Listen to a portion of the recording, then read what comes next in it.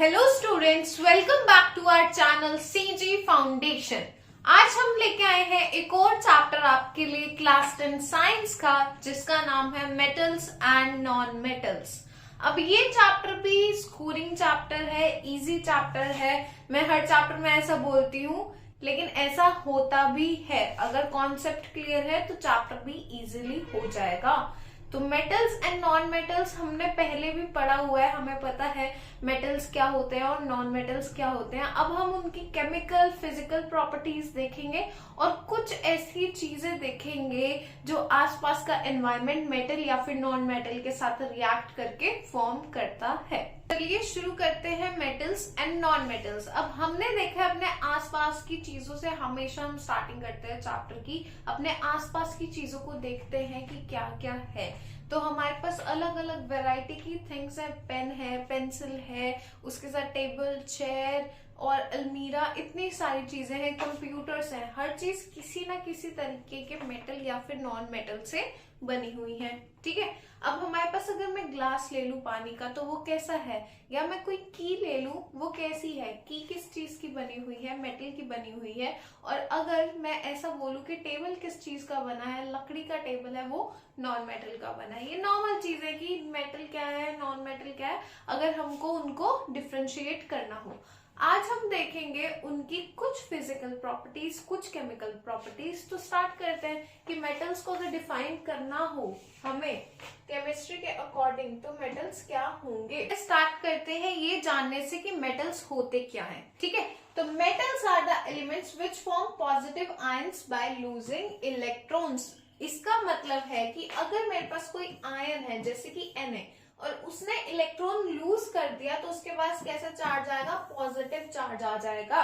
तो केमिस्ट्री में यही होता है ना कि जो आयन को लूज कर रहा है, इलेक्ट्रॉन को, जो भी हमारे पास आयन है जो इलेक्ट्रॉन को लूज कर रहा है उसके पास पॉजिटिव चार्ज आता है, और जो गेन करता है उसके पास नेगेटिव चार्ज आता है। Thus metals are known as electropositive elements.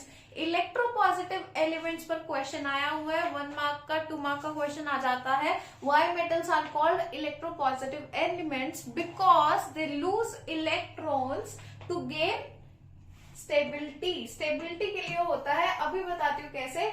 Last line देख लेते हैं क्या है। They have 1 to 3 electrons in their valence shell. अब 1 से 3 के बीच में उनके पास क्या होंगे, वैलेंस शेल इलेक्ट्रॉन्स होंगे, तभी इजीली वो क्या कर पाएंगे, इलेक्ट्रॉन्स को लूज कर पाएंगे। यहाँ पे एग्जांपल लेते हैं Na का। Na का एटॉमिक नंबर हमारे पास क्या है, 11 है। अब K L M N shell की बात करते हैं। पहली शेल में सिर्फ 2 ही इलेक्ट्रॉन्स जा सकते हैं, अगली शेल में 8 जा सकते हैं। 10 इलेक्ट्रॉन यही हो गए और 1 इलेक्ट्रॉन क्या है किसमें, M में। अब हमारे को पता है कि अगर लास्ट शेल में 8 इलेक्ट्रॉन हो तो वो ज्यादा स्टेबल होगा, ऑक्टेट फॉर्म होता है, 8 इलेक्ट्रॉन ऑक्टेट फॉर्म हो रहा है, वो ज्यादा स्टेबल होगा। तो 1 इलेक्ट्रॉन है, या तो ये 7 लेके अपना ऑक्टेट कंप्लीट कर ले, 7 इलेक्ट्रॉन लेके ऑक्टेट कंप्लीट कर ले, या जो 1 इलेक्ट्रॉन पड़ा है लास्ट वैलेंस शेल में, valence shell is the last shell जिसमें इलेक्ट्रॉन पड़ा है तुम्हारे पास, उसको बोलेंगे वैलेंस शेल। या तो ये क्या करे, जो 1 इलेक्ट्रॉन पड़ा है उसको इजीली लूज कर दे। तो अब लूज करना इजी है कि गेन करना, 7 गेन करना इजी है या 1 लूज करना, 1 लूज करना इजी है। तो Na ने क्या किया, 1 इलेक्ट्रॉन को लूज किया और अपनी स्टेबिलिटी गेन करते हुए Na पॉजिटिव फॉर्म हो गया। इसलिए मेटल्स को बोलते हैं हम क्या, इलेक्ट्रोपॉजिटिव एलिमेंट्स। और इसलिए उनके लास्ट शेल में कितने इलेक्ट्रॉन्स होते हैं, 1 to 3, बिकॉज फिर वो इजीली क्या कर पाएंगे, उसको लूज कर पाएंगे, एज कंपेयर टू अगर उन्हें 7, 6 या फिर 5 इलेक्ट्रॉन्स गेन करने पड़े। नेक्स्ट चलते हैं हम किस पर, फिजिकल प्रॉपर्टीज ऑफ मेटल पर। अब हमें पता चल गया मेटल होता क्या है, केमिस्ट्री की लैंग्वेज में जान गया। अब देखते हैं कि फिजिकल प्रॉपर्टीज क्या है, बाहर से कैसे पहचान सकते हैं देख के कि ये चीज मेटल है या फिर नॉन मेटल है।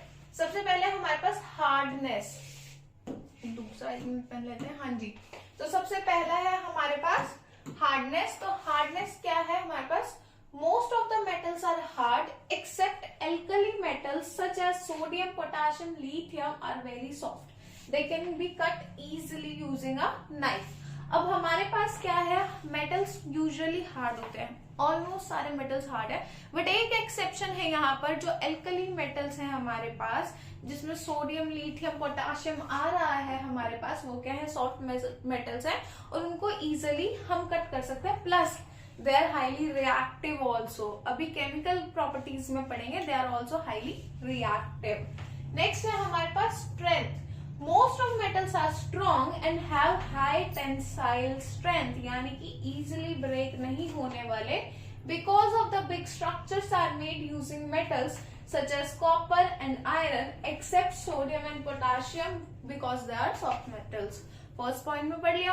अब हमारे पास क्या है, स्ट्रेंथ बहुत ज्यादा होती है मेटल्स की, तभी हम उनकी कॉपर की वायरिंग करते हैं और क्या करते हैं, एल्यूमिनियम की अपनी ग्रिलिंग करते हैं। बहुत सारी चीजें मेटल से बनती है, फॉर्म होती है, इतने बड़े बड़े इंजन्स बन रहे हैं, इतने बड़ी बड़ी ट्रेन्स बन रही हैं, ये सारी की सारी बन किससे रही है, मेटल की स्ट्रेंथ की वजह से। अगर मेटल वीक हो, मेटल इजिली ब्रेक डाउन हो जाए, तो ये सारी चीजें फॉर्म ही नहीं होंगी, बिकॉज उसकी टेंसाइल स्ट्रेंथ, उसकी स्ट्रेंथ कितनी है, ज्यादा है एज कंपेयर टू, यहाँ पे भी एक एक्सेप्शन है सेम ग्रुप का, सोडियम एंड पोटेशियम का, because they are called soft metals.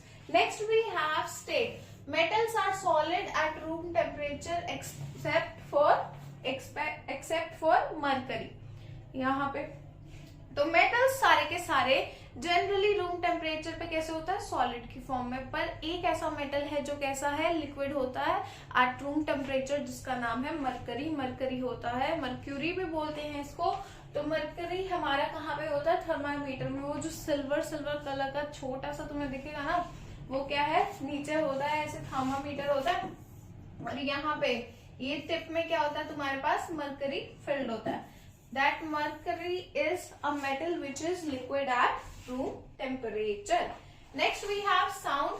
तो metal produce ringing sound, so metals are called sonorous. अब ये एक प्रॉपर्टी है मेटल्स की कि वो साउंड प्रोड्यूस कर सकते हैं। लोहे पर जाके अगर कुछ बजाओगे तो साउंड प्रोड्यूस होगी, एल्यूमिनियम, कॉपर की चीजों पर जाके कुछ बजाओगे तो भी साउंड प्रोड्यूस होगी। तो ये एक प्रॉपर्टी है कि मेटल्स प्रोड्यूस साउंड, जिसको हम कहते हैं they are sonorous. Sound of metals is known as metallic sound, because metal produce कर रहे हैं साउंड को, तो उसको हम मेटेलिक साउंड कह रहे हैं। This is the cause that metal wires are used in making musical instruments। Guitar देखा हो किसी ने, या फिर हारमोनियम देखा हो, सितार देखा हो, तो गिटार में होती है ना लाइंस ऐसे बनी हुई होती हैं, वायर्स बनी होती हैं। ऐसा सा गिटार है हमारे पास, ये गिटार है, ये इसका क्या है, पकड़ने का हैंडल, और यहाँ पे हमारे पास क्या होती है, कॉपर वायरिंग होती है, और इसी सेम कॉपर वायरिंग को बजाने से क्या होती है, साउंड प्रोड्यूस होती है। देख रहे हो मेटल के इतने सारे बढ़िया बढ़िया यूजेस हमारे आसपास के डेली लाइफ में। Next we have conduction. अब मेटल में हीट की, इलेक्ट्रिसिटी की कंडक्शन कैसी है। Conduction, metals are good conductors of heat plus electricity. Heat और इलेक्ट्रिसिटी दोनों की कंडक्शन क्या है, अच्छी है मेटल्स में। This is the cause that electric wires जो हमारी बनी होती है, किसकी, मेटल की बनी होती है, जो बनी होती है कॉपर और एल्यूमिनियम की, क्योंकि they are good conductors of heat and electricity. That's why हमारे पास जो इलेक्ट्रिक वायर्स हैं, घरों में वायरिंग हो रही है, वो सारी कॉपर और एल्यूमिनियम की है। Next we have malleability. Malleability एक और प्रॉपर्टी है किसकी, मेटल्स की। Metals are malleable. मेलेबल का मतलब क्या है, अगर हम उनको बीट करेंगे, हथौड़े से मेटल को पीटेंगे, तो they can be seen in a form of thin sheets. Thin sheets की फॉर्म में वो बन जाएंगी, और ये प्रॉपर्टी है किसकी, मेटल्स की। और इसीलिए आयरन को यूज करते हैं मेकिंग बिग शिप्स में।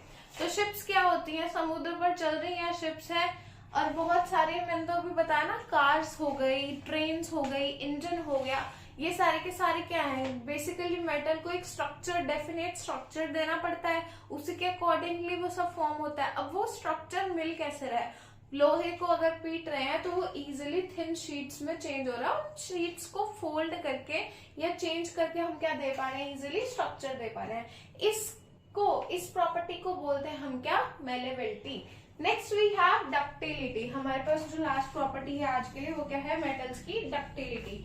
तो metals are ductile, it means metals can be drawn into thin wires. एक तो मेटल साउंड प्रोड्यूस करते हैं, दूसरी चीज ये कि अगर हम उनको बीट करेंगे तो वो थिन शीट्स में बीट हो जाएंगे। And then we lastly we have what, कि अगर हम मेटल्स को बीट करेंगे तो हम उनको कन्वर्ट कर सकते हैं थिन वायर्स में। थिन वायर्स में कन्वर्ट कर सकते हैं तभी तो कॉपर और एल्यूमिनियम की वायरिंग यूज करते हैं एज इलेक्ट्रिक वायर्स। ये एक प्रॉपर्टी है किसकी, मेटल्स की। यहां तक आई होप की फिजिकल प्रॉपर्टीज तो पूरी क्लियर हो गई होंगी। Next we have chemical properties of metal. अब केमिकल प्रॉपर्टीज भी बहुत बार आती है पेपर में, तो देख लेते हैं chemical properties of metal.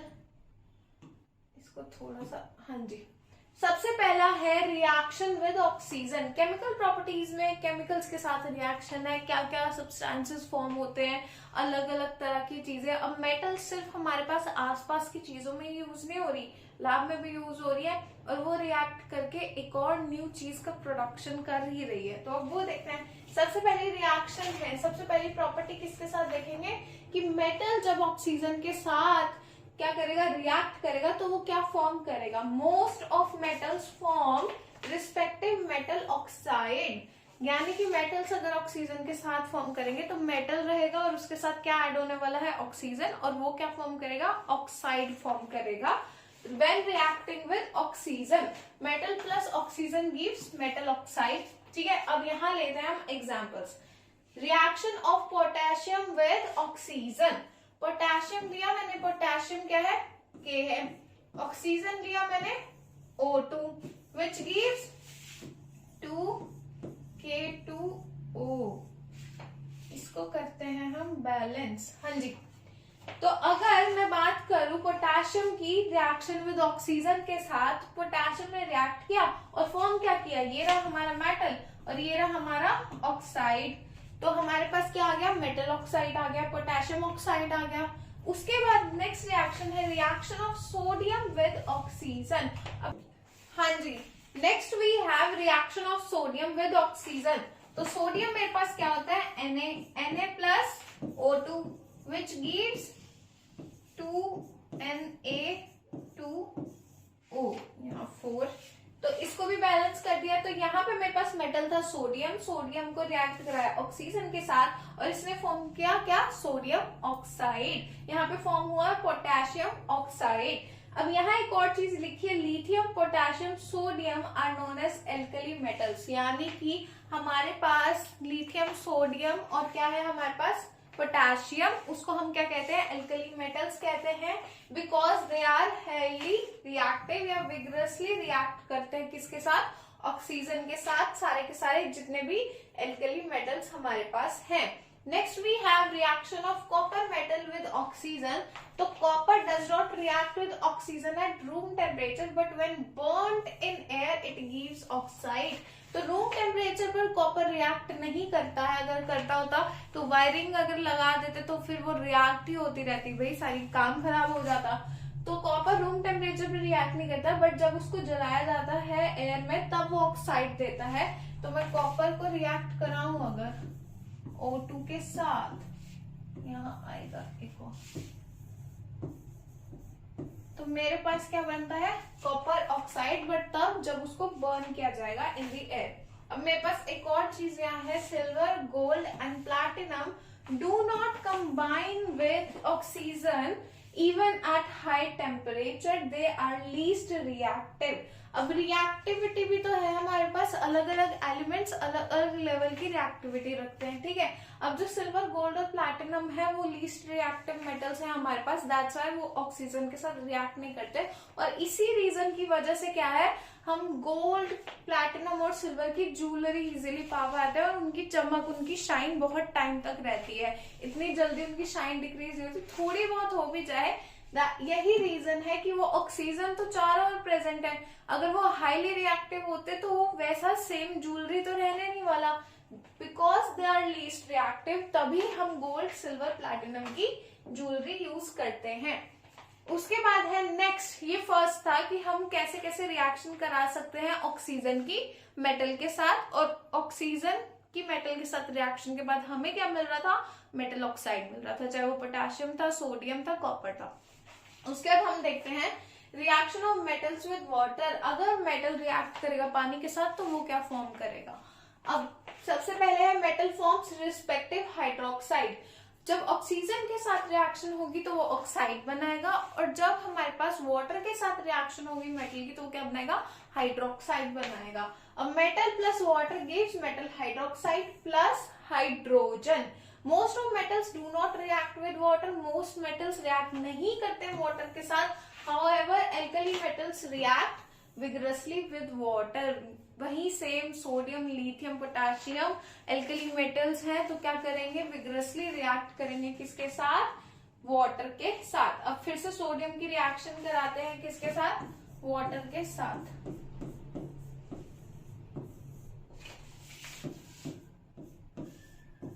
NaOH plus क्या मिल रहा है हमको, हाँ जी। तो अब जब हम रिएक्शन करेंगे Na प्लस H2O की तो हमें क्या मिलेगा, सोडियम हाइड्रोक्साइड प्लस हमारे पास क्या है, हाइड्रोजन साथ में रिलीज हो रही है। नेक्स्ट अगर बात करूं मैं कैल्शियम मेटल की, और वो रिएक्ट किसके साथ कर रहा है, वाटर के साथ। कैल्शियम फॉर्म करता है calcium hydroxide along with hydrogen gas and heat when react with water। तो कैल्शियम Ca प्लस रिएक्ट कराना है किसके साथ, वाटर के साथ, which gives CaOH2 plus H2। So this is the reaction जब मेरा मेटल रिएक्ट करेगा किसके साथ, वाटर के साथ, और मेरा मेटल क्या हो, कैल्शियम हो। जब मेरा मेटल हो सोडियम तो इस तरह की कुछ रिएक्शन देखने को मिलेगी, हाइड्रोक्साइड, मेटल हाइड्रोक्साइड फॉर्म होगा और साथ में रिलीज होगी हमारे पास क्या, hydrogen. Next we have reaction of magnesium metal with water. Magnesium metal reacts with water slowly and forms magnesium hydroxide and hydrogen gas. तो थोड़ी स्लोली रिएक्ट करेगा ये। Magnesium is Mg plus H2O which gives MgOH plus H2। यहाँ पे हमारे पास आ गया। Next we have when steam is passed over magnesium metal, magnesium oxide and hydrogen gas is formed. अच्छा हाँ जी, तो नॉर्मली रिएक्ट नहीं करने वाला है मैग्नीशियम हमारा किसके साथ, वाटर के साथ। स्टीम की फॉर्म में पास करे, जब स्टीम पास होगी, स्टीम की फॉर्म में वाटर आएगा, मतलब स्टीम में भी तो पानी की ड्रॉपलेट्स होती है ना, कन्वर्जन है, गैसेस फॉर्म में आ गया वाटर, ठीक है। तो उस फॉर्म में ही हमारे पास रिएक्शन होगी किसकी, मैग्नीशियम की। Next we have reaction of aluminium metal with water. तो reaction of aluminium metal with cold water is too slow. अगर कोल्ड वाटर यूज करें to come into notice, but अगर स्टीम पास करी जाए same magnesium की तरह ही, अगर steam pass करी जाए तो क्या होगा, एल्यूमिनियम ऑक्साइड और हमारे पास हाइड्रोजन गैस फॉर्म होगी। यहाँ पे एल्यूमिनियम मेटल अगर रिएक्ट करेगा वाटर के साथ तो हाइड्रोक्साइड नहीं बनेगा बेटा, ऑक्साइड बनेगा, और उसके साथ हाइड्रोजन गैस पास होगी। पहले से इसकी रिएक्शन लिखी हुई है, एल्यूमिनियम के साथ हाइड्रोजन ने रिएक्ट किया, Al2O3 प्लस 2H2। उसके बाद है reaction of zinc metal with water. अगर जिंक मेटल प्रोड्यूस करेगा क्या, जिंक ऑक्साइड, सेम एल्यूमिनियम की तरह ही ऑक्साइड फॉर्म होगा, हाइड्रोक्साइड फॉर्म नहीं होगा, and hydrogen gas. When steam is passed over it, zinc does not react with cold water। Zinc भी cold water के साथ रिएक्ट नहीं करेगा। अब तुम्हारे पास अगर ये क्वेश्चन आता है which of these metals does not react with cold water, तो तुम्हारे पास ऑप्शंस क्या क्या आ सकते हैं, मैग्नीशियम, एल्यूमिनियम एंड जिंक, और एक और चीज आ सकती है, या फिर which of these react with cold water. तो ये तीन के ऑप्शंस के साथ कुछ और आया होगा, कॉपर आया होगा, तो टिक कौन सा करोगे, कॉपर टिक करोगे। एमसीक्यूज भी तो आने ही है ना। Reaction of iron with water. अब reaction of iron with cold water is very slow, फिर से बहुत ज्यादा स्लो है, comes into notice after a long time. Iron forms rust, iron oxide बनता है, आयरन क्या हो जाता है, बेसिकली जंग लग जाता है, आयरन इज लोहा, When reacts with moisture present in the atmosphere, iron oxide and hydrogen gas are formed by passing of steam over iron metal. अब Fe को रिएक्ट कराओगे अगर H2 के साथ, बेसिकली मॉइस्चर है, ऑक्सीजन भी है और पूरी की पूरी सारी एनवायरमेंट की चीजें हमारे पास प्रेजेंट है, तो क्या बनेगा? आयरन ऑक्साइड और H2 गैस भी, ठीक है। उसके बाद है both calcium and magnesium are heavier than water but still float over it. अब में हमारे पास इससे एक क्वेश्चन बनता है कि बोथ मैग्नीशियम और कैल्शियम क्या है, दोनों के दोनों क्या है, हैवी है पानी से, लेकिन फिर भी क्या करते हैं, अगर पानी में डालो तो फ्लोट करने लग जाता है। उसका रीजन क्या है? Both calcium and magnesium float over water surface because hydrogen gas is evolve. मतलब जब रिएक्शन हुई तो क्या होगा, हाइड्रोजन गैस इवॉल्व होगी और उसकी वजह से क्या होगा, इन द फॉर्म ऑफ बबल्स। अब बबल्स ऊपर आएंगे, पानी है, पानी के ऊपर ही बबल्स देखे होंगे ना तुमने, पानी के अंदर बबल्स होते हैं बट वो उठ के ऊपर आ जाते हैं सरफेस पे। अगर कोई सांस ले रहा है पानी में बबल्स है तो वो उठ के सरफेस पे ऊपर आ जाएंगे। इस वजह से क्या होता है कि उस सरफेस पे, मेटल की सरफेस पे बबल्स आ जाएंगे और इसी वजह से हम देखते हैं कि वो जो मेटल है रिएक्ट किया ना, वो सरफेस पे आ जाता है पानी के, कैल्शियम और मैग्नीशियम की बारी में। Next we have other metals usually don't react with water or react very slowly. अब बाकी metals के साथ रिएक्शन नहीं होती वाटर की और तभी हमारे पास हर मेटल की क्या है, डिफरेंट रिएक्टिविटी है। अगर हम स्टार्ट करें हाईली रिएक्टिव तो potassium, sodium, calcium, magnesium highly reactive है, फिर है एल्यूमिनियम, जिंक, आयरन, उसके बाद हमारे पास लेड है, कॉपर है, गोल्ड और फिर सिल्वर भी है। अब बात करते हैं हम reaction of metals with dilute acid की। अभी तक हमने पढ़ा ऑक्सीजन के साथ और फिर हाइड्रोजन के साथ कैसे, वाटर के साथ कैसे रिएक्ट करते हैं मेटल्स। अब उसके बाद हम देखते हैं क्या, ऑक्सीजन के साथ कैसे रिएक्ट करते हैं। एक यहाँ पे हमने चीज देखी थी, क्या स्टीम पास होगी तो क्या बनेगा हमारे पास, MgO बनेगा। जब स्टीम पास होगी तब हमारे पास ऑक्साइड बनेगा, हाइड्रोक्साइड नहीं बनेगा। वाटर के साथ क्या बनेगा, हाइड्रोक्साइड, और जब स्टीम पास होगी तो क्या बनेगा, ऑक्साइड बनेगा। ठीक है, स्टीम और वाटर अलग अलग चीजें हैं तभी। Next we have reactions of metal with dilute acid, metals form respective salts. Metal को अगर डाइल्यूट एसिड के साथ रिएक्ट करें तो मेटल का सॉल्ट बनेगा और हाइड्रोजन बनेगा। Reaction of sodium metal with dilute HCl, अगर सोडियम की रिएक्शन कर रहे हैं HCl के साथ तो क्या मिलेगा, NaCl, सॉल्ट मिल रहा है मेटल का और साथ में क्या मिल रही है, इवॉल्व हो रही है हमारी हाइड्रोजन गैस इवॉल्व हो रही है। अब वही मैं देखूं मैग्नीशियम के साथ रिएक्शन डाइल्यूट हाइड्रोक्लोरिक एसिड की, तो Mg+2HCl gives MgCl2 which is metal के साथ मेटल का सॉल्ट बन रहा है। Next we have reaction of zinc with dilute sulphuric acid. अभी तक HCl का देखा था, अब क्या देखेंगे, सल्फ्यूरिक एसिड के साथ कैसे रिएक्ट कर रहा है, तो Zn+H2SO4 फॉर्म कर रहे हैं क्या, ZnSO4 प्लस क्या इवॉल्व हो रही है हमारे पास, H2 गैस इवॉल्व हो रही है।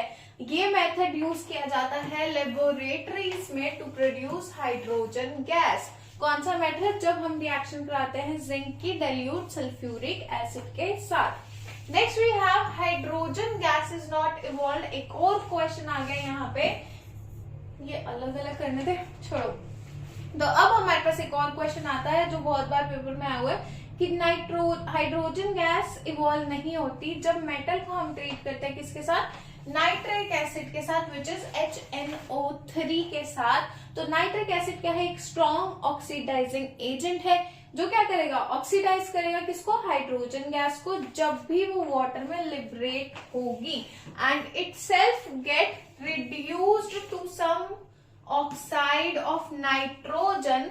खुद रिड्यूस हो रहा है और ऑक्सीडाइज किसको कर रहा है, वो जितनी भी हाइड्रोजन गैस इवॉल्व होगी। और इसी वजह से जो भी हमारे पास मेटल्स दिखने को ट्रीट करने को मिलते हैं नाइट्रिक एसिड के साथ, वो इवॉल्व नहीं करते हैं हाइड्रोजन गैस। जैसे कॉपर, गोल्ड, सिल्वर है, इनको हम नोबल मेटल्स बोलते हैं और ये रिएक्ट नहीं करते किसके साथ, वाटर या फिर डाइल्यूट एसिड्स के साथ। यहाँ पर भी हमारे पास क्या है, रिएक्टिविटी सीरीज है।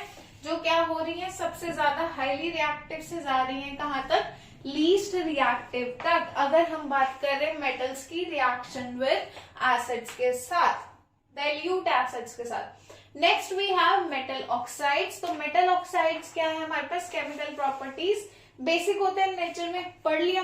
जब हमारे पास ऑक्सीजन के साथ मेटल की रिएक्शन होगी तो वो क्या फॉर्म करेगा, मेटल ऑक्साइड फॉर्म करेगा। बेसिक इन नेचर होते हैं। Aqueous solution of metal oxide क्या करता है, टर्न कर देता है रेड लिटमस पेपर को इनटू ब्लू।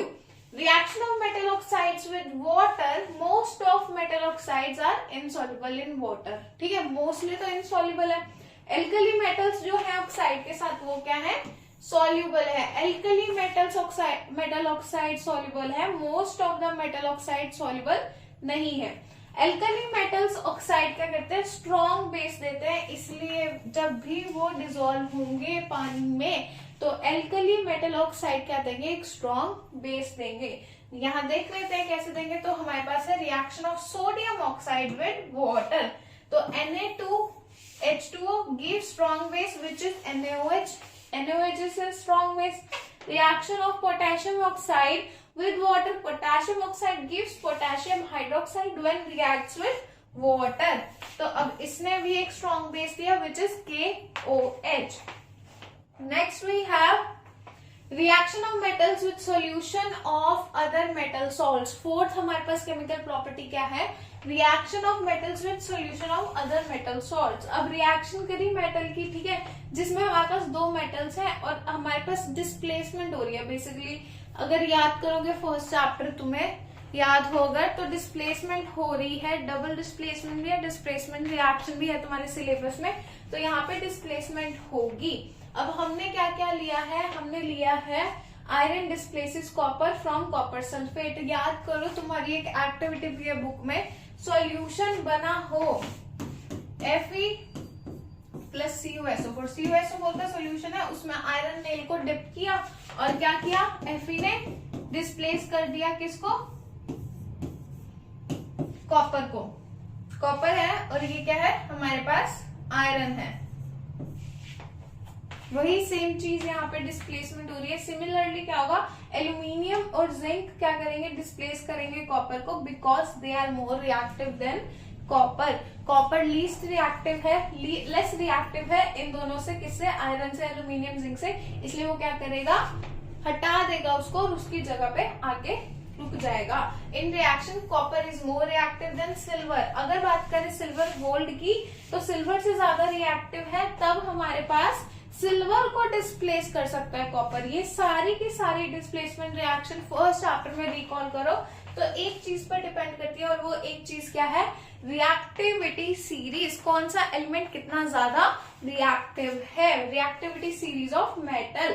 तो ऑर्डर ऑफ इंटेंसिटी और reactivity of a metal is known as reactivity series. Reactivity element की डिक्रीज होती है जब हम मूव करते हैं from top to bottom in the given reactivity series. Top से बॉटम तक आते आते रिएक्टिविटी सीरीज कम हो जाएंगी। इन रिएक्टिविटी सीरीज में हमारे पास क्या है, कॉपर है, गोल्ड है, सिल्वर है, ये क्या है, बॉटम में आते हैं और इसी वजह से इनको कहा जाता है लीस्ट रिएक्टिव मेटल्स। लेकिन हमारे पास और नोबल मेटल्स भी कहा जाता है। पोटेशियम टॉप पे आता है बिकॉज क्या है, विग्रसली और हाईली रिएक्टिव मेटल है।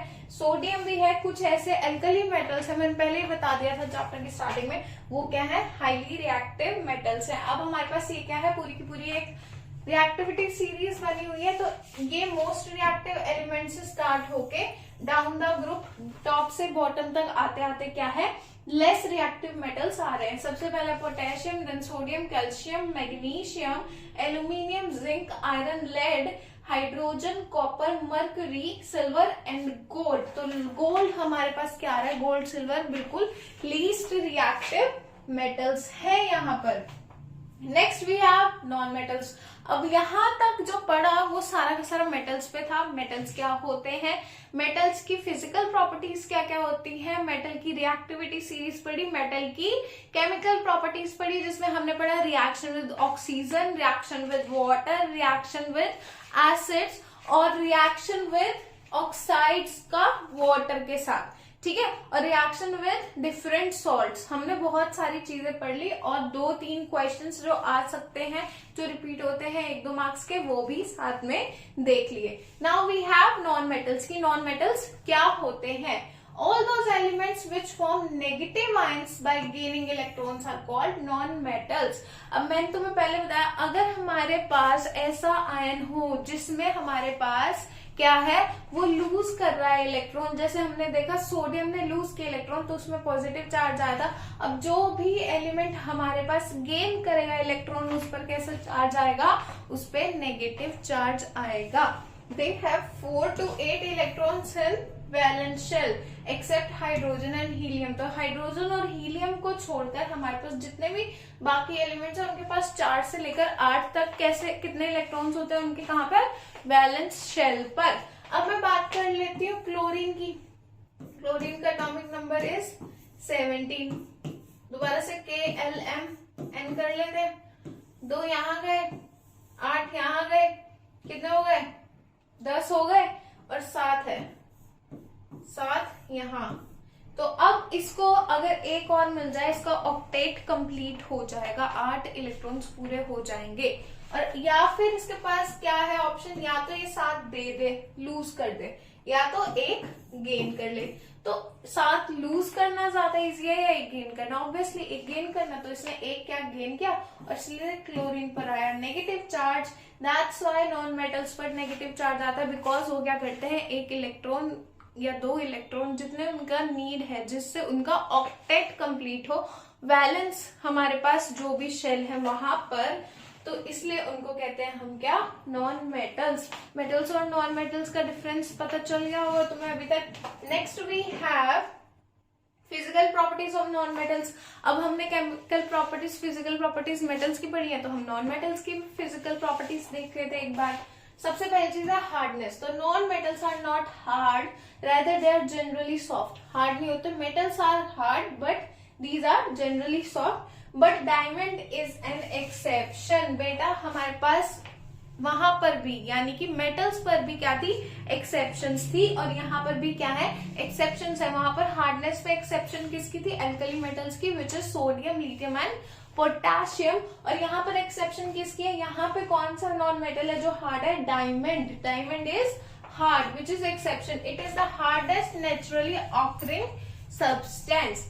Next we have non metals में बी सॉलिड, लिक्विड और गैस, किसी भी स्टेट में हो सकता है, but metals were generally in solid state. Lustre, non metals have a dull appearance as compare to metals, इनमें कम शाइन होती है, these are less shinier than metals. Diamond and iodine are exceptions. यहाँ पे जितने एक्सेप्शंस है और metals में जितने एक्सेप्शंस है वो याद रखना, एक्सेप्शंस इंपॉर्टेंट होते हैं।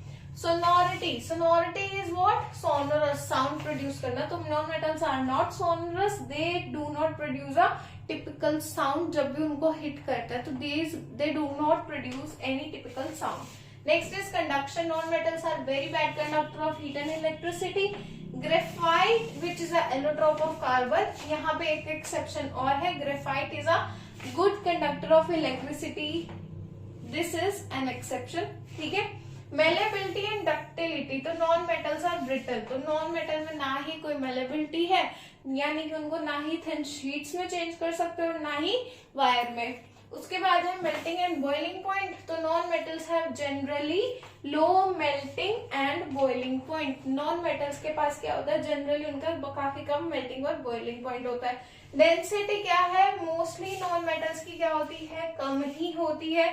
और non metals are in many colours, metals are like gold, silver, चमकती हुई, मतलब उनके फिक्स्ड है कलर्स, बट नॉन मेटल्स के पास बहुत सारे तरंगी कलर्स हो सकते हैं, they are colourful. Next we have chemical properties of non metals. देखते हैं आपके केमिकल प्रॉपर्टीज में क्या क्या है हमारे पास। Let's start with chemical properties of non metals. तो नॉन मेटल्स की सबसे पहली केमिकल प्रॉपर्टी क्या है, रिएक्शन ऑफ विद ऑक्सीजन। हमने मेटल्स में भी सबसे पहले रिएक्शन किसके साथ कराई थी, ऑक्सीजन के साथ। Non metals form respective oxide reacting with oxygen, यानी कि वहां पे मेटेलिक ऑक्साइड बन रहा था, यहाँ नॉन मेटेलिक ऑक्साइड बनेगा। जब कार्बन रिएक्ट करेगी किसके साथ, ऑक्सीजन के साथ, O2 के साथ, तो क्या फॉर्म करेगी, CO2 फॉर्म करेगी, प्लस हमारे पास क्या रिलीज होगी, प्रोडक्शन ऑफ हीट, हीट भी साथ साथ रिलीज हो रही है। तो ये हमारे पास क्या बन गया, नॉन मेटेलिक ऑक्साइड बन गया। नेक्स्ट वी हैव, जब कार्बन को हम बर्न करेंगे इनसफिशिएंट सप्लाई ऑफ एयर में, तो वो फॉर्म करती है क्या, कार्बन मोनोऑक्साइड, यानी कि 2C+O2, यानी कि कार्बन को हमने किसके साथ रिएक्ट कराया, ऑक्सीजन के साथ, और देन उसने क्या फॉर्म किया, इनसफिशिएंट एयर में की बात हो रही है यहाँ पे, तब वो क्या फॉर्म करेगी, एक toxic substance which is CO2, carbon monoxide. अब सल्फर क्या है यहाँ पे, अगर सल्फर रिएक्ट करेगा O2 के साथ, then it will give SO2 which is sulphur dioxide which catches fire when exposed to heat. अगर सल्फर को हम एक्सपोज करेंगे कहां पर, एयर में, तो क्या होगा, कैच कर लेगा easily fire. When hydrogen reacts with oxygen it gives water. अब ये तो पता ही है भाई, हाइड्रोजन रिएक्ट्स विद वाटर तो it gives H2O।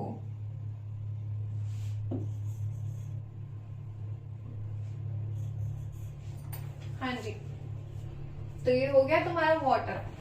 Next we have reaction of non metal with chlorine. अगर नॉन मेटल रिएक्ट करेगा क्लोरीन के साथ, तो नॉन मेटल क्या देगा, रिस्पेक्टिव क्लोराइड देगा।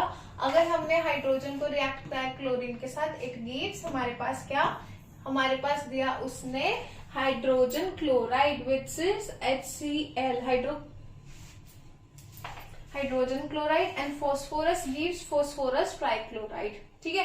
Next we have reaction of non metals with hydrogen. Non metals अगर react करेंगे हाइड्रोजन के साथ, तो क्या बनेगा, कोवेलेंट हाइड्राइड्स बनेंगे। जैसे कि अगर हम हाइड्रोजन की रिएक्शन कराएं किसके साथ, सल्फर के साथ, तो हमें क्या मिलेगा, हाइड्रोजन सल्फाइड मिलेगा। नेक्स्ट वी हैव नाइट्रोजन अगर कंबाइन करेगा हाइड्रोजन के साथ, यानी कि N2 combines with 3H2O, it gives NH3 which is हमारे पास अमोनिया। NH3 is ammonia. अब यहाँ पे नॉन मेटल्स जनरली रिएक्ट नहीं करते वाटर या स्ट्रीम के साथ, ताकि वो हाइड्रोजन गैस फॉर्म कर पाए। नॉन मेटल्स रिएक्ट नहीं करते इवन डाइल्यूट एसिड के साथ, तो इसलिए हमारे पास ना ही तो स्टीम और वाटर के साथ रिएक्शंस है और ना ही डाइल्यूट एसिड के साथ रिएक्शन है, बट हमारे पास मेटल की रिएक्शंस हैं वहां पे। ठीक है। नेक्स्ट टॉपिक है हमारे पास ionic bond. What is ionic bond? Ionic bonds are formed because of transfer of electrons from metals to non metals. अब यहाँ पे क्या है, मेटल्स पॉजिटिव चार्ज होते हैं और हमारे पास नॉन मेटल्स कैसे चार्ज होते हैं, नेगेटिवली चार्ज होते हैं। तो इन दोनों के बीच शेयरिंग ऑफ इलेक्ट्रॉन्स होता है। जब हमारे पास पॉजिटिव नेगेटिव चार्ज के बीच में एक फॉर्म बनता है, बॉन्ड बनता है, उसको हम क्या कहते हैं, ionic bond. A compound is electrically neutral to form ionic compound. It means उस पे चार्ज इक्वल होना चाहिए, पॉजिटिव और नेगेटिव। That's why तभी उसको हम कहेंगे आयनिक बॉन्ड है। जैसे NaCl, तो यहाँ पे Na पॉजिटिव, Cl नेगेटिव, तो NaCl क्या है, हमारे पास एक आयनिक कंपाउंड है। यहाँ पे सोडियम क्लोराइड की ही बात की गई है। एटॉमिक नंबर 11 होता है, इलेक्ट्रिक कॉन्फ़िगरेशन 2, 8, 1 होती है। Number of electrons outermost shell पे अलग अलग चल गए पता।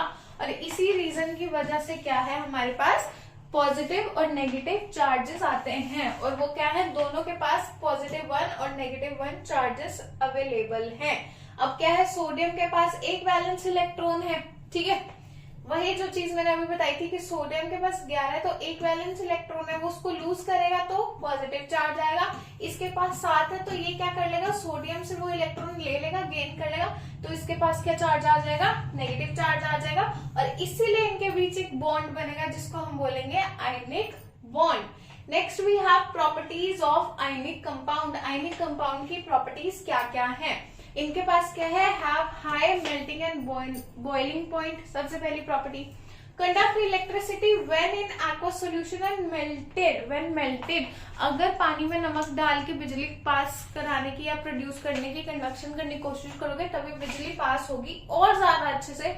बिकॉज अगर हम आयनिक कंपाउंड्स को डिसॉल्व करेंगे वाटर में एक्वस सॉल्यूशन में तो वो ज्यादा अच्छे से इलेक्ट्रिसिटी की कंडक्शन कर सकते हैं, उनकी प्रॉपर्टी है ये।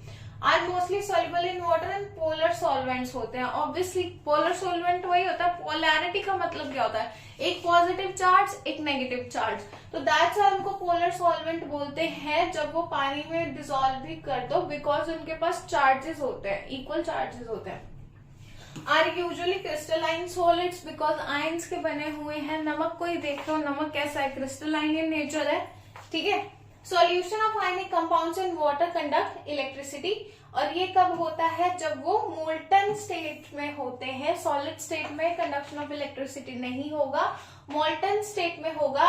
और यहाँ पे इलेक्ट्रोड्स, इलेक्ट्रोलिसिस की बात हो रही है। यहाँ पे इलेक्ट्रोलिसिस में हम क्या करते हैं, एक सॉल्यूशन लेते हैं, दो रॉड्स पुट करते हैं, cathode and anode, positive and negative, और उसमें से क्या करते हैं, बैटरी वगैरह लगा के पास ऑन कराते हैं इलेक्ट्रिसिटी। तो जो आयंस होते हैं वो अलग अलग रॉड पे अपोजिट आयन चिपक जाते हैं। मतलब अगर कैथोड पॉजिटिव है तो यहाँ पे कैसे आयंस एक्यूमुलेट हो जाएंगे, नेगेटिव आयंस। और यहाँ पे अगर हमारे पास जो एनोड है वो नेगेटिव है तो यहाँ पे पॉजिटिव आयंस आके एक्यूमुलेट हो जाएंगे। यही है इस 5th पॉइंट में। Next we have occurrence and extraction of metal. अब तक हमने पढ़ लिया properties of metals and non metals, physical chemical दोनों properties, reactivity series. Next we क्या था हमारे पास, नेक्स्ट हमारे पास था कि हमने कैसे देखा properties of ionic bond, ions. उसके बाद है next we have occurrence and extraction of metals. तो हम आखिर मेटल्स को ढूंढते कैसे, निकालते कैसे। तो सोर्स ऑफ मेटल क्या है, अर्थ की क्रस्ट में मिलते हैं, सी वाटर में मिलते हैं, डीप डाउन बरीड इनसाइड होते हैं, फॉर्म ऑफ ओर्स होते हैं। अब ओर्स देखते हैं क्या होता है पहले, ठीक है। सी वाटर में बहुत सारे सॉल्ट्स होते हैं जैसे सोडियम क्लोराइड, मैग्नीशियम क्लोराइड, और मेजर मेटल जो मिलते हैं ना, मेजर मेटल वो मिलते हैं अर्थ के क्रस्ट में, उसको हमें डिग करना पड़ता है बहुत ज्यादा। मिनरल क्या है, minerals are naturally occurring substances जिनकी कॉम्पोजिशन कैसी है, बिल्कुल सिमिलर यूनिफॉर्म है। Next we have ores. तो ओर्स क्या है, minerals from which a metal can be profitably extracted. वो मिनरल्स जिनसे हम इजीली एक मेटल निकाल लें उसको ओर बोल रहे हैं हम। मेटल फाउंड होता है बिल्कुल बॉटम ऑफ रिएक्टिविटी सीरीज से लेकर लीस्ट रिएक्टिव मेटल्स मिलते हैं हमें बिल्कुल फ्री स्टेट में, नेचर में ही मिल रहे हैं, ठीक है। जैसे गोल्ड हो गया, सिल्वर हो गया, कॉपर हो गया, ये सारे हमको सल्फाइड और ओर्स की फॉर्म में भी मिलते हैं, अवेलेबल है। तो हमें इनको उससे एक्सट्रैक्ट करना पड़ता है, अलग करके निकालना पड़ता है, उसका एक प्रोसेस है, वो अभी देखेंगे। Metals found in middle of reactivity series जैसे कि Zn, Fe, Pb हो गया, वो यूजुअली मिलते हैं कहाँ पे, in the form of oxide, sulphide और carbonates. Metal found as top of reactivity series वो हमें कभी भी फ्री स्टेट में नहीं मिलते हैं। और जो हमारे पास क्या है, ऑक्साइड में मिलते हैं, बिकॉज वो कहाँ से रिएक्ट करे हुए ऑक्साइड में फॉर्म हुआ है, ऑक्सीजन इतनी अबंडेंस में है तो रिएक्शन हो गई ऑक्सीजन के साथ और इसलिए मिल गए किस फॉर्म में, ऑक्साइड की फॉर्म में। तो अब ये है एक प्रोसेस, पूरा प्रोसेस 3 स्टेप है उस प्रोसेस में कि एक्सट्रैक्ट कैसे किए जाते हैं मेटल्स। तो extraction of metals, metals can be categorised into 3 parts basis of reactivity में, most reactive, medium reactive and least reactive, ठीक है। अब 3 मेजर स्टेप्स है। सबसे पहले कॉन्सेंट्रेशन और enrichment of ores. Next we have conversion of concentrated ore into crude metal and lastly we have refining of impure और crude metal. तो ये 3 स्टेप्स हैं जो इन्वॉल्व होते हैं किसमें, मेटल के पूरे प्रोसेस में, मेटल को एक्सट्रैक्ट करने में, रिफाइन करने में, क्लीन करने में, ठीक है। अब एक बार ये फ्लो चार्ट देख लोगे, फ्लो चार्ट में आखिर क्या क्या लिखा हुआ है, तब तुम्हें क्लियर हो जाएगा और कि कैसे कैसे एक्सट्रैक्शन हो रही है मेटल की। उसके बाद नेक्स्ट टॉपिक पर चलेंगे, ठीक है। So extraction of metals are based on their reactivity series. और है, और ने क्या किया, concentration and enrichment of ore. Ore क्या है, बेसिकली मेटल, मिनरल से मेटल निकाल रहे, ठीक है। यहाँ पे ओर और इम्प्योरिटीज हैं जिसको हम गैंगे भी कहते हैं, तो हमें सेपरेशन डिपेंड करता है डिफरेंट फिजिकल और केमिकल प्रॉपर्टीज में मेटल का। बेसिकली सबसे पहले है metal of high reactivity which is sodium हो गया, पोटेशियम हो गया, मैग्नीशियम हो गया, एल्यूमिनियम हो गया। इनमें हम क्या यूज करते हैं, इलेक्ट्रोलिसिस यूज करते हैं। ठीक है, तो ये इलेक्ट्रोलिसिस से हमने क्या कर लिया, प्योर मेटल गेन कर लिया। अगर मैं बात करूं हाईली रिएक्टिव मेटल्स की, नेक्स्ट वी हैव ऐसे जो कौन से रिएक्टिविटी सीरीज है, मीडियम रिएक्टिव मेटल्स है, जैसे कि मेरे पास Zn हो गया, Fe हो गया या फिर Pb हो गया। अब ये मिलते हैं हमें किस फॉर्म में, या तो सल्फाइड ओर की फॉर्म में या मिलेंगे कार्बोनेट ओर की फॉर्म में। ठीक है, या तो ये मिलेंगे किसमें, कार्बोनेट की फॉर्म में या फिर सल्फाइड ओर की फॉर्म में मिलेंगे। तो हमें इनको क्या करना है, दो प्रोसेस मिलते हैं यहाँ पे। अगर कार्बोनेट की फॉर्म में तो कैल्सिनेशन होगा, एक प्रोसेस का नाम क्या है, कैल्सिनेशन। अभी बताऊंगी कैल्सिनेशन क्या होता है। Next we have roasting. अगर हमारे पास जो हमें मीडियम रिएक्टिव मेटल मिला है वो सल्फाइड ओर की फॉर्म में है, तो रोस्टिंग के प्रोसेस से हम उसको क्या करेंगे, ऑक्साइड बनाएंगे पहले एंड देन उसको क्या करेंगे, रिड्यूस करेंगे। यहाँ पे हमने क्या बनाया, ऑक्साइड, और यहाँ पे क्या किया, रिडक्शन कर दिया। उससे हमें क्या मिल गया, प्योर मेटल मिल गया। लास्टली वी है जो लीस्ट रिएक्टिव मेटल्स है, लीस्ट या लो रिएक्टिव मेटल्स है, जैसे कि Cu हो गया, Ag हो गया हमारे पास। तो ये किसमें हमें अगर मिले, सल्फाइड ओर की तरह मिले, सल्फाइड ओर की तरह मिले, तो इसमें भी हम क्या करेंगे, सल्फाइड में रोस्टिंग करेंगे, फिर ऑक्साइड बन जाएगा मेटल ऑक्साइड, फिर क्या करेंगे, रिडक्शन करेंगे एंड देन मेटल की इम्प्योरिटीज को साइड करके हमें यहाँ पे क्या मिल जाएगा, प्योर मेटल मिल जाएगा। तो ये बेसिक सा प्रोसेस है कि ऐसे ऐसे मेटल हमें प्योर मेटल कैसे मिलता है। अब हमने एक चीज देखी कि रोस्टिंग एंड कैल्सिनेशन, तो कैल्सिनेशन और रोस्टिंग के डिफरेंस देख लेते हैं। Roasting is done in case of sulphide ore. Roasting तब होगी जब मेटल हमें मिला है सल्फाइड ओर की फॉर्म में। कैल्सिनेशन तब होगी जब हमें मेटल मिला है कार्बोनेट की फॉर्म में। Next we have, in this ore is heated in the presence of excess air to convert into its oxide compounds। तो यहाँ पे excess of air यूज हो रही है ताकि ऑक्साइड में कन्वर्ट किया जाए। और कार्बोनेट और कहाँ पे होता है, जब हमारे पास बिल्कुल लिमिटेड या फिर बहुत कम एब्सेंस ऑफ एयर हो, तो तब हम उसको कन्वर्ट करते हैं किसमें, ऑक्साइड में। Gas given out is SO2। Obviously sulphide ore की बात हो रही है, तो गिवन आउट गैस कौन सी होगी, SO2 सल्फर होगी। और यहाँ पे कौन सी होगी, कार्बोनेट की बात हो रही है तो कार्बन डाइऑक्साइड होगी, CO2 होगी। एग्जाम्पल्स है हमारे पास रोस्टिंग के, ZnS + 3O2 विच गिव्स हमें क्या, ZnO, जिंक ऑक्साइड, और कौन सी गैस वो भी बताई थी, कम्स आउट SO2। और यहाँ पे हमारे पास कैल्सिनेशन के एग्जाम्पल है ZnCO3 हीट किया इन द एब्सेंस ऑफ और लीस्ट एयर, ZnO + CO2। यहाँ तक क्लियर हो गया होगा अच्छे से, आई होप कि रोस्टिंग और कैल्सिनेशन क्या होता है। Next we have reduction. तो रिडक्शन तो ठीक है, थर्ड पॉइंट है, प्योरिटी के लिए है। Extraction of metals, her extraction of metal की यहाँ कुछ चीजें लिखी हैं कि आयरन, जिंक, लेड आते हैं मिडिल रिएक्टिव मेटल्स में। ये हमें कार्बोनेट या सल्फाइड की फॉर्म मिलते हैं। कार्बोनेट की फॉर्म में मिलेंगे तो कैल्सिनेशन होगा, सल्फाइड की फॉर्म में मिलेंगे तो रोस्टिंग होगी। ठीक है, अच्छा एक चीज यहाँ है इलेक्ट्रोलिटिक रिडक्शन। तो इलेक्ट्रोलिटिक रिडक्शन में बेसिकली हम क्या करते हैं, करंट पास करते हैं through molten state of metal. ठीक है, उसको पिघला के थोड़ा मेल्ट करके, और जो पॉजिटिवली चार्ज होता है वो डिपॉजिट हो जाता है कैथोड पे, और जो नेगेटिवली चार्ज मेटल होता है वो डिपॉजिट हो जाता है कहाँ पर, एनोड पर। ठीक है, next we have thermite reaction. हम बहुत क्लोज है अभी इस चैप्टर को खत्म करने के। Next we have thermite reaction. तो फेरिक ऑक्साइड जब हीट करते हैं एल्यूमिनियम के साथ, वो रिड्यूस हो जाता है किसमें, आयरन मेटल में। और इस रिएक्शन में बहुत सारी हीट प्रोड्यूस होती है, और इसलिए इस रिएक्शन को क्या करते हैं हम, थर्माइट रिएक्शन बोलते हैं। वेल्डिंग ऑफ इलेक्ट्रिक कंडक्टर्स में काम आता है, आयरन जॉइंट्स में काम आता है, रेलवे ट्रैक के जॉइंट्स में काम आता है, और कहाँ काम आता है, थर्माइट वेल्डिंग भी इसको कहा जाता है।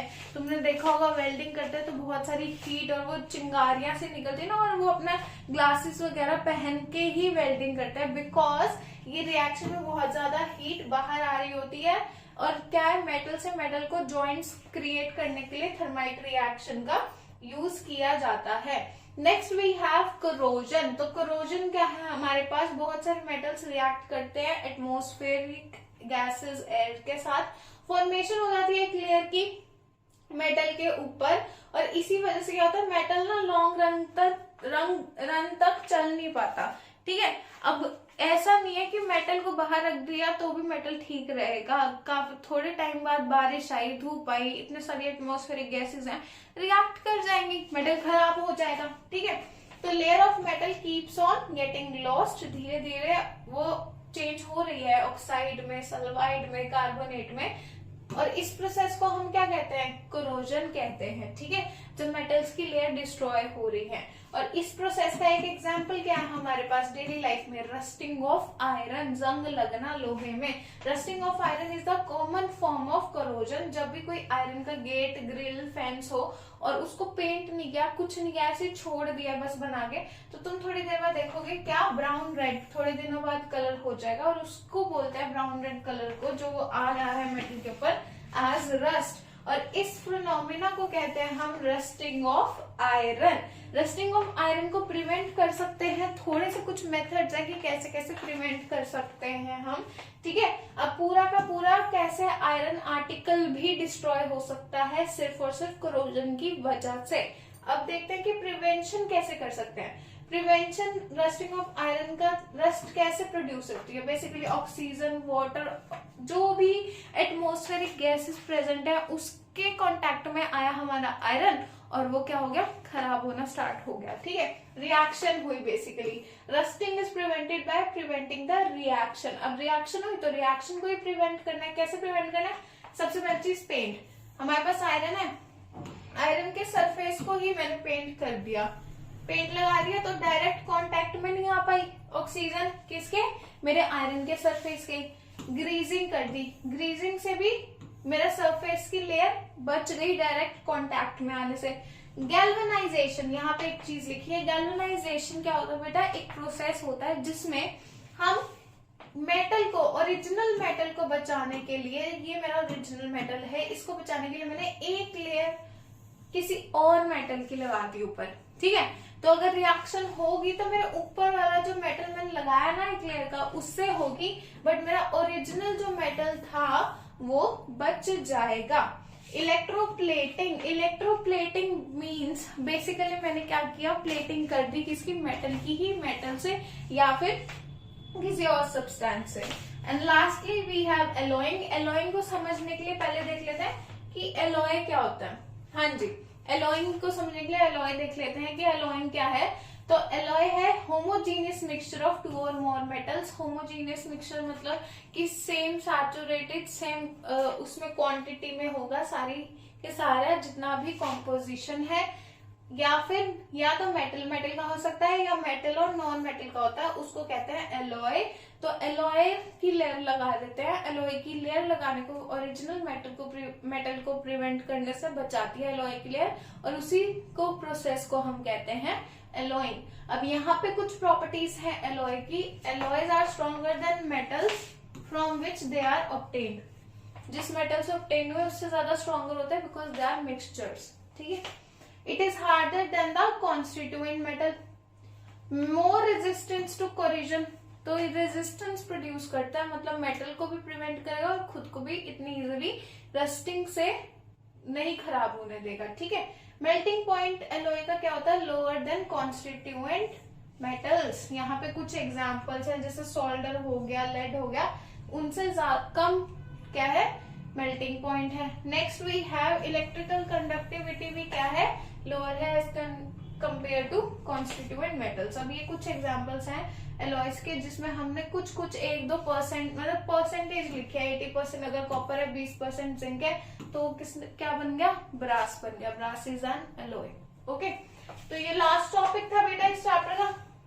Chapter is over. छोटा सा चैप्टर है, मेन टॉपिक्स हैं, उसी में से हर साल रिपीट होके आते हैं क्वेश्चंस। मैं बहुत बार एक ही बात बोल चुकी हूँ। आई होप कि तुम सब अपनी रिवीजन स्टार्ट कर रहे होगे, चैप्टर रिकॉल कर रहे होगे, कहीं पे प्रॉब्लम आ रही होगी, जितने हो सके सैम्पल पेपर सॉल्व करो। इजी है, सब बोर्ड्स हैं, सब बच्चे देते हैं, इतना कोई मुश्किल काम नहीं है, इजिली क्रैक कर लोगे। बस कंसिस्टेंसी बनाए रखो और रोज का अपना जितना टारगेट फिट कर रहे हो, बांध रहे हो, उसको कंप्लीट करो। ठीक है, तो थैंक्स फॉर वॉचिंग और इस वीडियो को लाइक कर देना। ठीक है।